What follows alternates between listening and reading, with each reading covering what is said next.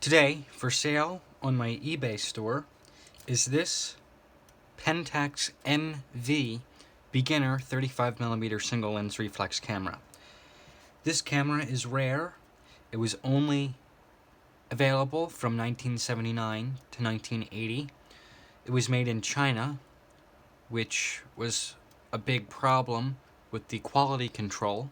That's why this camera didn't really sell that well, and it led to the successor, the Pentax MV1, which took care of a lot of the quality control issues that I will go over in this video. First, I am going to load the camera with two LR44 button cell batteries. I do have to note that the battery slots can get cross-threaded at times.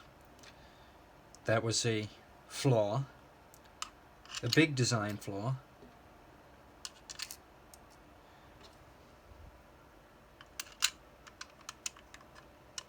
So I'm going to use a nickel to close up the battery door. This battery set, the LR44s, do not come with the listing. It's just here for our testing purposes. So this camera will operate without any batteries on the electronic flash sync of 1/100th of a second and the bulb mode. So I'm going to test the manual flash sync speed first. This is at 1/100th of a second. And this is the bulb setting. If I had a lens on the camera, it would stay stop down. The mirror stays up, and the shutter remains open until I release my thumb from the shutter button. Now, the auto mode. This camera does not have shutter speed selections in the viewfinder. It only has two lights, which will correspond to the amount of light that the meter is recognizing. A green light if the exposure is good, and an orange amber light if the exposure is too underexposed, the lighting condition is too dark. So I have my lamp right here. I'm going to advance the camera. I'm going to point it in the light, and I can verify that I'm getting a green ready light, and if I actuate the shutter, you can hear that difference. And if I turn the light off and I point the camera in the dark, I'm getting the yellow orangish light. It's sort of like an amber light more than it is orange or yellow.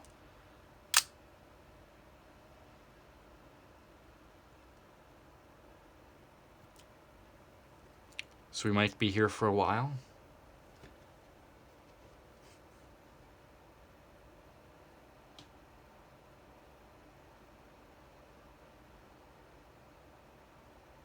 This is a very long exposure. We turn the light on.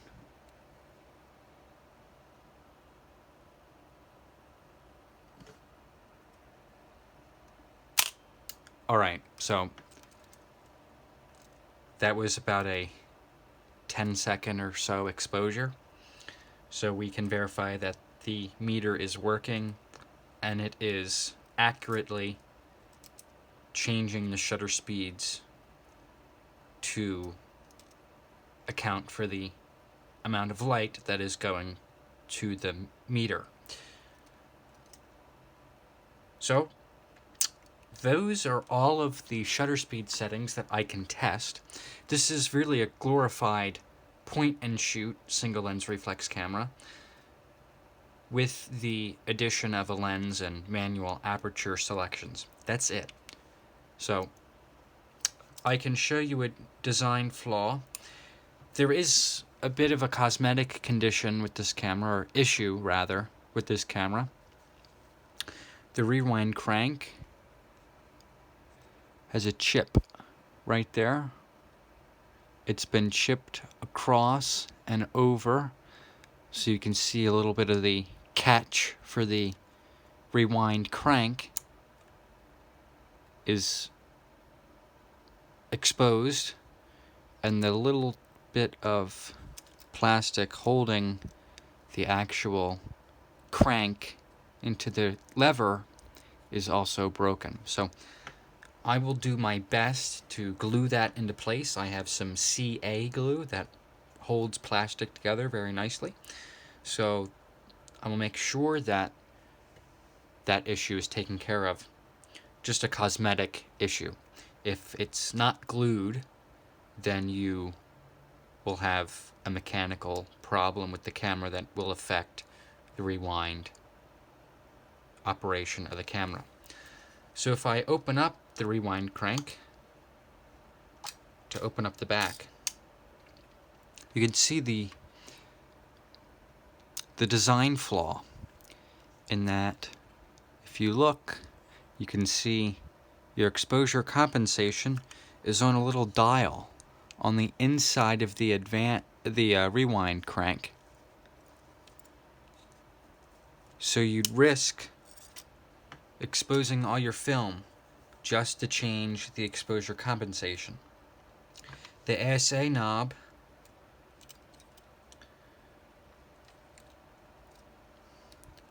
is moved by pulling up on that whole entire ring and moving the selection from 1600 down to 32. So those are your ISO selections. Now if we look on the inside, you can see the shutter works nicely.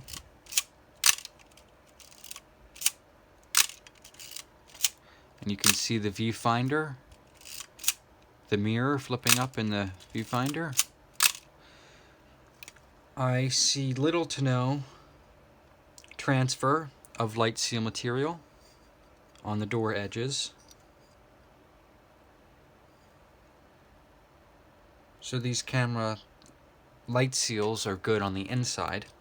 And you can see the plastic tubing that's just really flimsy and cheap that will act as your film leader holder, but they're just little plastic tubes that can be broken. So be aware of that. I have also verified that the shutter counter, the frame counter, works nicely. You can see as we advance, the frame counter goes up. So that works nicely. This is your lens release button. That's the only feature of this camera. There's no self-timer. There's no depth of field preview. So it's a very cheap camera. Just because it's rare doesn't mean it's desirable. So it will be available at a cheaper price. The serial number is 3091055, which is interesting. I don't know how Pentax logged their cameras via the serial number, but that's that. The last thing that I have to point out is the mirror damper foam is completely deteriorated and must be replaced. The other thing that I mentioned earlier, the design flaw, is that the body of the camera is so small that the mirror flipping up and down shakes the camera and causes blurry photos and out of focus images. That was a big problem when this camera first came out, that led to the successor, the MV1, which I mentioned earlier, which was the updated fixed version of this camera. So thank you very much for watching. Be sure to check out my other camera listings on my eBay store. Thank you very much for watching.